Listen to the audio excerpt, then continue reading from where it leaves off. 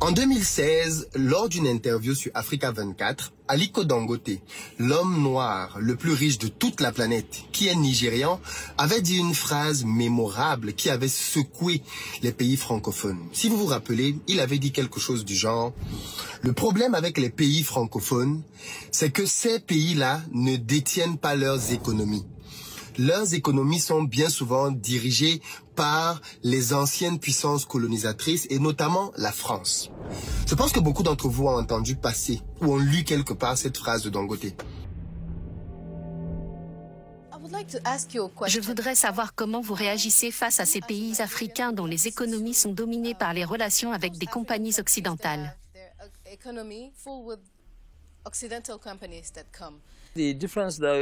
La différence qu'il y a entre les pays francophones et le Nigeria est que nous avons pris notre destinée en main, nous contrôlons l'économie de notre pays.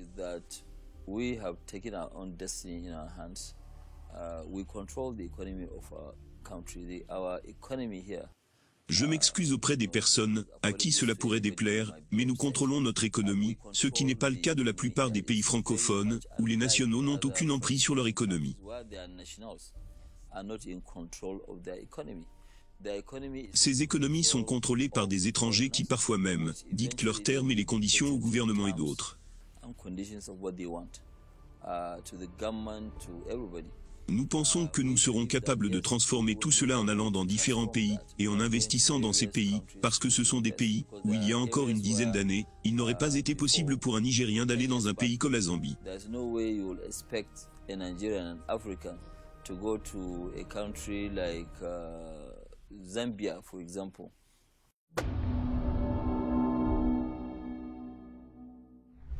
Mais je pense que très peu d'entre vous savent pourquoi Dangote avait dit cette phrase et dans quel contexte. Aujourd'hui, je vais vous introduire dans l'une des histoires les plus rocambolesques de la France-Afrique, qui a opposé Aliko Dangote, le multimilliardaire nigérian, au groupe Vicat français au Sénégal, au moment où Dangote voulait implanter sa cimenterie.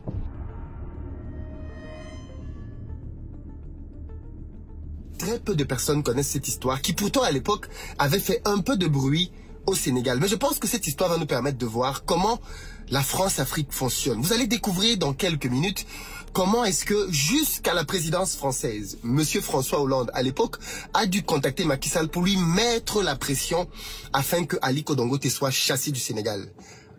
Mais contrairement à ce qu'on pouvait penser, les choses ne se sont pas passées comme prévu. Restez donc jusqu'à la fin parce que c'est juste inédit.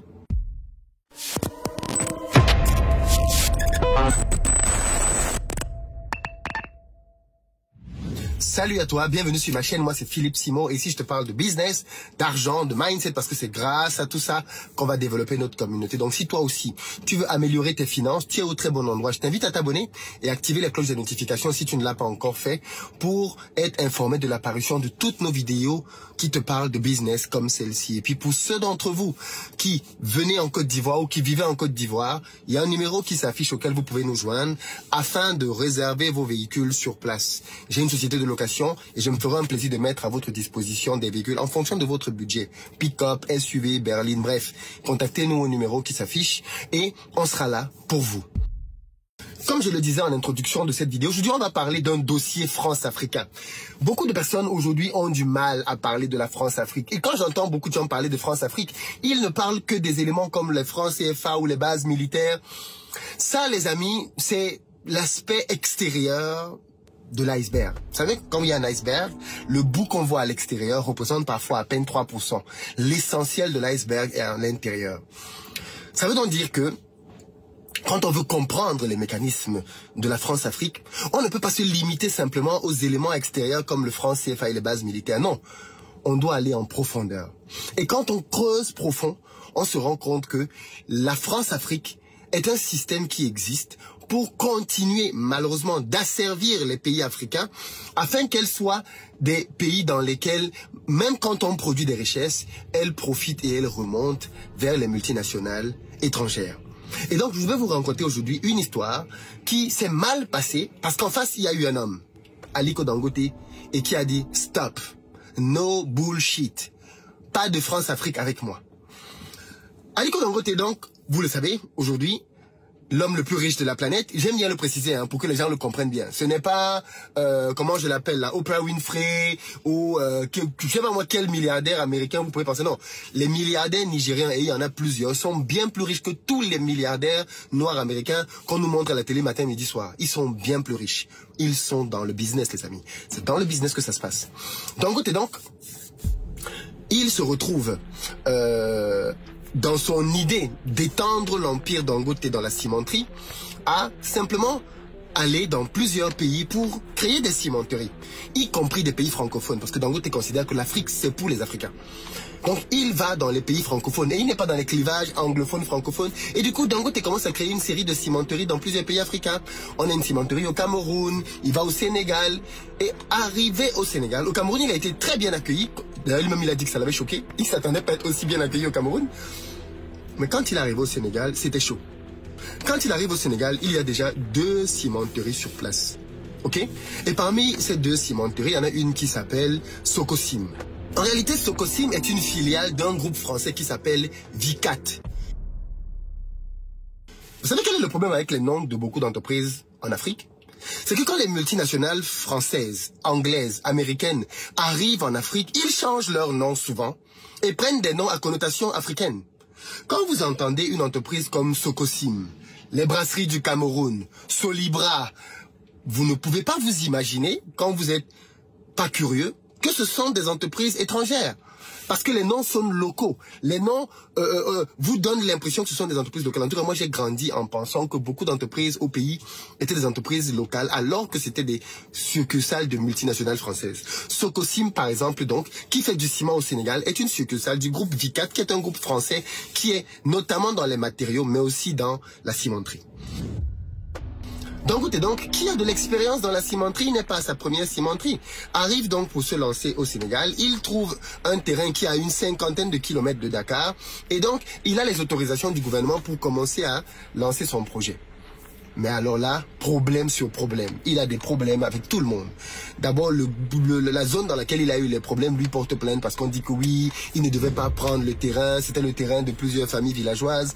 Dangote va débourser, tenez-vous tranquille, 9,6 millions de dollars pour dédommager les populations après qu'il ait déjà acquis le terrain et qu'on l'ait amené en justice. 9,6 millions de dollars. Il paye. Dangote est déjà avec son projet et il dit que son projet a le potentiel de créer au Sénégal 4000 emplois. Vous connaissez tous à quel point on cherche du travail en Afrique. Et ça, c'est la force de l'industrie. C'est que ça crée de l'emploi massif. 4000 emplois avec la cimenterie de Dangote. Et il y a donc l'entreprise française qui dit non, on ne veut pas de Dangote ici. Et il va s'en suivre énormément de problèmes. On va dire que le ciment de Dangote n'est pas de bonne qualité. Ah bon? Moi, je croyais que Dangote avait l'un des meilleurs ciments en Afrique. Enfin, pour l'avoir testé et comparé à plusieurs ciments, Dangote a l'un des meilleurs ciments qui soit. Apparemment, donc, Vicat dit, Socosim du moins, Dangote n'a pas un bon ciment, Dangote ne respecte pas les règles environnementales, il y a beaucoup de choses dans le dossier de Dangote qui ne vont pas bien. Et effectivement, à ce moment-là, Dangote n'était pas carré dans tous les éléments. Donc le gouvernement sénégalais rappelle Dangote à l'ordre et Dangote donc fait les modifications qui sont demandées pour se conformer à toutes les exigences pour pouvoir travailler. Mais ça ne suffit pas. L'entreprise française, au travers de sa succursale, met la pression. Dans les médias, on raconte des histoires. Le PDG de l'entreprise Socosim, qui est un Sénégalais, va dans les médias, Monsieur Sow, je pense, à l'époque, va dans les médias et il dit plein de choses négatives sur Dangote. Il ne comprend pas comment est-ce que le gouvernement peut accepter ça. Il porte même plainte contre le gouvernement sénégalais parce qu'il estime que le gouvernement sénégalais est en train de faire du favoritisme pour permettre à Dangote de s'installer. Malgré le fait que tout ça ne fonctionne pas, vous savez quel est l'ultime recours? La présidence française. Le président français prend son téléphone pour contacter Macky Sall, président du Sénégal en exercice à ce moment-là. Et il lui dit, Macky, il faut que tu gères le dossier là, avec Socosim et Dangote. C'est pas bon ce qui se passe là. Il faut que tu nous arranges la situation là.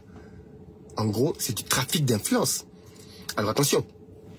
On ne peut pas reprocher à une entreprise de compter sur son gouvernement pour l'appuyer à l'étranger. Absolument pas du tout.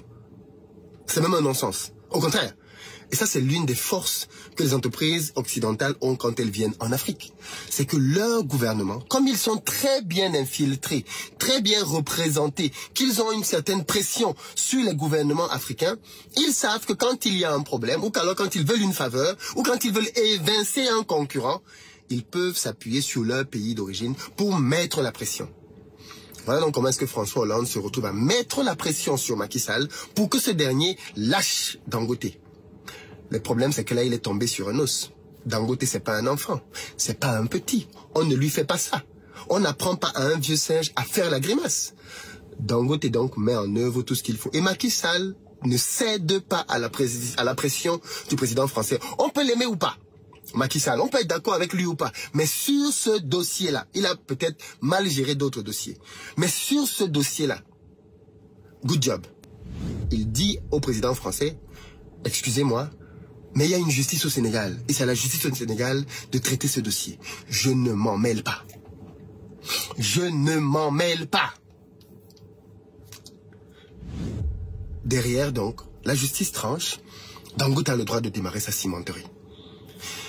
Et quand j'analyse, je me dis, mais punaise. Les gars disent que Dangote ne doit pas venir s'implanter au Sénégal, quitte à faire perdre 4000 emplois au Sénégal. Vous savez combien d'impôts une cimenterie paye? Vous savez combien d'entreprises autour de la cimenterie travaillent? Quand vous avez une cimenterie dans un pays, c'est ça qui est bien avec l'industrie, c'est que non seulement l'industrie crée beaucoup d'emplois directs, mais les industries créent beaucoup d'emplois indirects. C'est-à-dire que les fournisseurs de l'industrie travaillent énormément. Les gens qui ont des carrières travaillent. Les gens qui sont dans le transport, les camions travaillent énormément. Beaucoup d'entreprises travaillent autour d'une industrie, notamment d'une cimenterie. Donc, dire à Dangote qu'il doit partir avec son projet, c'est mettre au chômage des milliers de Sénégalais. Mais ça, Sococim s'en foutait complètement parce que tout ce qui comptait pour Sococim, c'était son propre intérêt. C'est tout. Après, je peux encore le comprendre. Je le dis bien, c'est du business. Business is business. On n'est pas là pour s'amuser. Mais, il se trouve que, voilà comment ce système fonctionne. Voilà comment la France-Afrique fonctionne. Je vous raconterai d'autres histoires comme celle-là pour que vous rentriez bien au cœur du trafic d'influence qu'il y a derrière la France-Afrique. Et dans certains dossiers, je vous montrerai comment ce trafic d'influence a marché. Et les pays africains ont perdu gros. Parce qu'il y a des leaders qui n'ont pas su dire non. Je vous parlerai dans d'autres vidéos d'entreprises françaises qui sont venues en Afrique et qui ont gagné des mines avec 1000 € de chiffre d'affaires. Quand j'ai vu ça, je me suis dit, mais attendez, avec 1000 €, je peux avoir 1000 € de capital. Je peux avoir le droit d'exploiter une mine en Guinée. Il me faut une mine. Il me faut ma mine. C'est pas possible. Mais dans cette série de vidéos sur la France-Afrique et comment elle fonctionne, vous allez être choqués d'apprendre des choses beaucoup plus graves que le fait d'avoir une monnaie. Et dont on ne parle pas. Et dont on ne parle pas. Ou dont on parle très peu. Attention. Je sais que c'était bon, maintenant profiter de ça pour dire, voilà, Philippe lui m'a confirmé que quand on se lance en Afrique, la France peut être là pour nous empêcher de nous lancer. Faux, faux, faux. C'est pas ce que j'ai dit ici. Quand tu vas lancer ton petit poulailler, quand tu vas lancer ta petite boutique, quand tu vas lancer ton petit business, tu n'intéresses personne. Tu n'inquiètes personne. Tu commences à devenir intéressant, inquiétant, quand tu arrives à une certaine taille hyper critique. Parce que si vous avez bien remarqué dans nos pays en Afrique, les multinationales ne viennent pas faire les petits business. Ils viennent faire les gros business, big money. Donc c'est quand tu vas être capable de lever des projets comme Dangote, quand tu vas venir pour créer des grosses banques, quand tu vas venir pour créer des compagnies qui vont peut-être faire dans les mines, quand tu vas venir pour créer peut-être une brasserie, quand tu vas venir pour créer peut-être une compagnie pétrolière qui va aller peut-être explorer, là tu vas rencontrer de l'adversité, de la grosse adversité. Par contre, tant que tu es encore dans les petits business, là où tu gagnes 10 milliards, 20 milliards de francs, non, tu n'inquiètes personne. Tu as du petit argent, entre guillemets, dans le business. Donc ne sois pas inquiet de dire que je ne vais pas me lancer parce que la France va m'empêcher, la France va me... Non, pas du tout. Personne ne te calcule. Tu n'es rien, tu ne représentes rien pour le moment. Par contre, quand tu vas devenir grand, la bonne nouvelle que j'ai pour toi, c'est que la victoire de Dangote sur V4 démontre bien que même dans nos pays, il y a encore des gens qui ont du patriotisme. Même dans les gouvernements que l'on peut considérer les plus corrompus qui soient, même dans ces gouvernements-là, il y a des gens qui ne sont pas d'accord avec le système. Et à la première occasion, ils le manifestent. Ceci donc pour dire qu'on ne doit pas perdre espoir en notre continent parce qu'il y a des gens là-bas qui font un travail. Et ils n'attendent que nous. En réalité, pour que ce type de trafic d'influence se termine, il faut que l'on ait davantage de personnes comme Dangote qui vont ramener des projets conséquents et qui vont faire eux aussi de la pression pour que ça passe. Ne nous attendons pas à ce que ce soit facile. Qui peut laisser une proie qu'il a déjà dans la bouche? Vous avez déjà vu un lion qui a une proie dans la bouche et parce que quelqu'un veut l'effrayer, il lâche sa proie? Non. Il va se battre pour maintenir sa proie de toutes ses forces. Ce n'est que quand il sera contraint qu'il va la lâcher. N'ayez donc pas le sentiment que le système France-Africain va partir parce qu'on a juste fait 2-3 commentaires sur Internet, parce qu'on a fait 2-3 vidéos, parce qu'on a gueulé fort. Non, pas du tout. Il faut beaucoup plus que ça. Et sur le plan économique, nous ne pouvons pas espérer de changement si nous n'apportons pas d'alternative. Ce n'est que parce que Dangote est venu qu'il a bousculé qu'aujourd'hui le Sénégal a 3 cimenteries. S'il avait laissé, si c'était dit oh non ça sert à rien, on n'aurait pas eu tout ça. Absolument pas du tout. Et ce qui est intéressant justement par rapport à cette histoire de Dangote et cette histoire de cimenterie, c'est qu'au final, pour revenir donc à notre thématique initiale de la vidéo, quand on a compris comment un système fonctionne, on doit pouvoir essayer de comprendre comment on peut travailler pour le battre dans son propre paradigme. Tu ne peux pas venir te battre frontalement avec quelqu'un qui est plus fort que toi, il va te détruire. C'est de la sagesse simple. Tu dois trouver d'autres stratégies pour le battre. D'autres stratégies. Donc ceci n'est pas un appel au découragement, pas du tout. C'est juste une preuve que ce système peut être défait.